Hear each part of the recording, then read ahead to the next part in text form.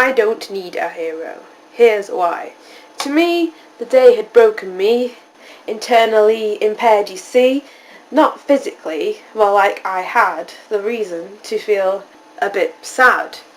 Except I didn't really feel like that at all. Sorry to lie about my fictitious recall, but for the purpose of narrative consequence and this to all make a little more sense, and for me to acquire from you sympathetic sympathy for feelings untrue, it's easier than being upset this way. So I did.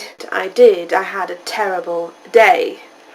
Except you all know that I didn't. But say I did. Say I'm utterly despairing over something so unfortunate that really needs repairing. In the foreground of a derelict backdrop that looks upsetting, I have nestled quite nicely in this fabricated setting.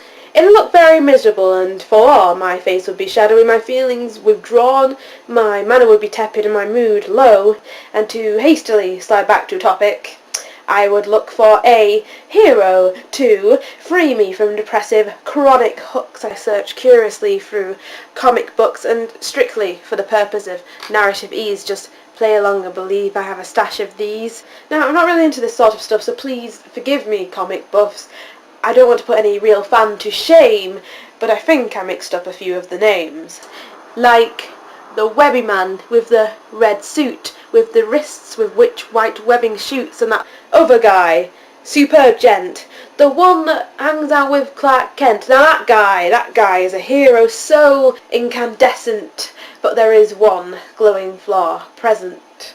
Although you could never call his depiction dull. He's fictional. How can I love a hero who I know isn't really there? How can I look up to a man in bright red underwear?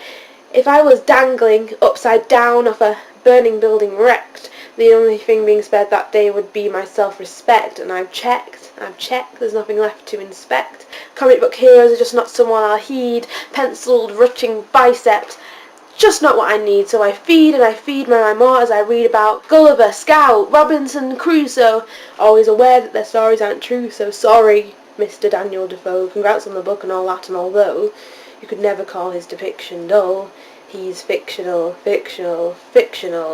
So, I disregard every comic and book and memoir of my apparently extensive prose repertoire. Maybe I've been looking in all the wrong places, erroneous names looking into wrong faces. Maybe it's family and my companions who I should look up to right down from steep canyons as mentors to me, simple protégés, rather than just bulk up and do things my way. Except, that's the thing. Why must I size up everyone and look into the eyes of another whose fortunes have been greatly embellished, as journey's been long and decidedly hellish?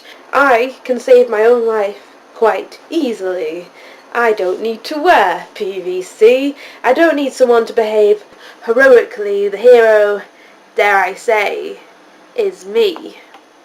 And often I'd call my depiction dull, but at least I'm not fictional. Fictional. Such a day.